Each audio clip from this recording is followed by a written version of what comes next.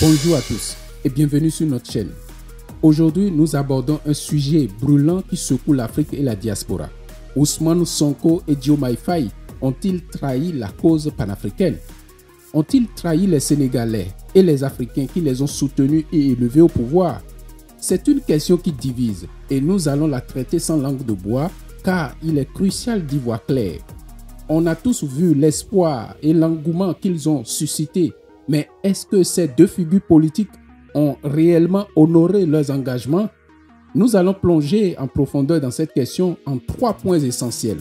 Mais avant d'aller loin, je vous invite à vous abonner, à liker ce contenu et surtout à partager vos opinions dans les commentaires. Ce débat est pour nous tous et votre avis compte. C'est en échangeant que nous ferons avancer les choses. Alors sans plus attendre, entrons dans le vif du sujet. Notre premier point d'analyse, le rôle de Jean-Luc Mélenchon. Commençons par ce premier point qui fait couler beaucoup d'encre, le soutien de Jean-Luc Mélenchon et de la France insoumise au PASTEF. Pourquoi devrions-nous nous en inquiéter? Jean-Luc Mélenchon, figure politique française bien connue, a été présenté comme un allié de la cause panafricaine. Mais soyons clairs, mesdames et messieurs, il est essentiel de ne pas se laisser aveugler par ce genre de soutien. Mélenchon n'est pas un novice en politique, loin de là. Avec plus de 70 ans au compteur, il a été sénateur, député et figure imminente de la politique française. On parle d'un homme qui a œuvré au cœur même du système politique occidental, un système souvent perçu comme l'antithèse des intérêts africains. Alors, pourquoi un tel personnage soutiendrait-il soudainement un mouvement africain d'émancipation? Il est temps de remettre les choses en perspective. La France insoumise n'est qu'une face d'une même pièce. Une pièce où les intérêts français sont toujours prioritaires, qu'ils soient défendus par la gauche, la droite ou le centre. Mélenchon, malgré ses discours sympathiques, n'est pas un amoureux des Africains. Il joue un rôle, celui d'antithèse des luttes africaines, sous couvert d'un discours de solidarité. Pourquoi la France, avec son passé colonial et son influence persistante en Afrique, soutiendrait-elle un parti politique comme le PASTEF?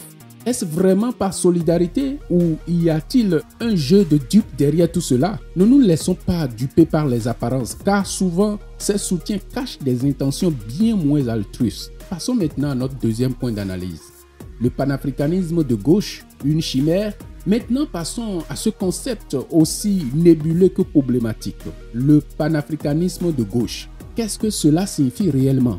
Historiquement, les mouvements d'unification comme le pan-slavisme ou le pan-germanisme n'ont jamais été divisés en gauche ou droite. Ils avaient pour seul but l'unité de leur peuple. Le panafricanisme depuis Marcus Garvey jusqu'à Kwame Nkrumah a toujours été clair. L'unification territoriale, économique et culturelle des peuples africains. Il n'y a jamais eu de place pour des divisions idéologiques au sein de ce mouvement. Alors pourquoi maintenant? Pourquoi introduire cette segmentation qui, au lieu de renforcer, affaiblit le mouvement? Il est crucial de comprendre qu'un mouvement unificateur ne peut pas se permettre des divisions internes. Si nous acceptons l'idée d'un panafricanisme de gauche, demain, d'autres viendront parler de panafricanisme modéré ou extrémiste. Et où cela nous mènerait-il? À qui profite ce crime de diviser un mouvement qui a toujours prôné l'unité des Africains? La réponse est simple. À ceux qui ont intérêt à nous voir divisés, à nos ennemis, à ceux qui ne veulent pas voir une Afrique unie et forte. En créant ce schisme, Sonko et Faye jouent un rôle dangereux. Ils ouvrent la porte à des interprétations qui vont à l'encontre de l'essence même du panafricanisme. Ce faux pas pourrait bien être le début de leur chute,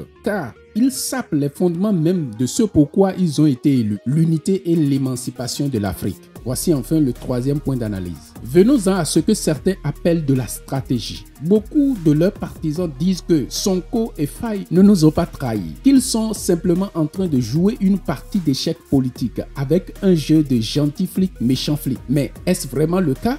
D'un côté, nous avons Diomaye Faye qui semble adopter une approche plus douce, cherchant à apaiser les tensions, et de l'autre Sonko plus radical, plus ferme dans ses discours. Est-ce une stratégie bien pensée pour naviguer dans les eaux troubles de la politique internationale? Peut-être. Mais cette stratégie, si c'en est une, a-t-elle des limites? Le problème, c'est que ce jeu peut rapidement se retourner contre eux. En essayant de ménager la chèvre et le chou, ils risquent de perdre de vue l'objectif principal, l'unité de l'Afrique. En divisant les panafricanistes, ils jouent avec le feu. Ce n'est pas seulement une question de stratégie politique, mais de conviction et de fidélité à une cause. Si le panafricanisme devient un simple outil politique, alors nous sommes tous perdants. Alors, Ousmane Sonko et Diomaye Faye ont-ils trahi la cause panafricaine? C'est à vous d'en juger. Ce qui est certain, c'est que leurs approches suscitent des questions et des doutes. Nous devons rester vigilants et critiques car l'avenir du panafricanisme ne peut se permettre d'être dilué par des jeux politiques ou des alliances douteuses. Laissez vos commentaires, partagez cette vidéo et abonnez-vous pour ne rien manquer des prochaines analyses. Ensemble, nous devons continuer à questionner les enjeux qui concernent notre continent parce que, plus que jamais, l'Afrique a besoin de lucidité, de vérité et d'unité. À très bientôt pour une nouvelle vidéo.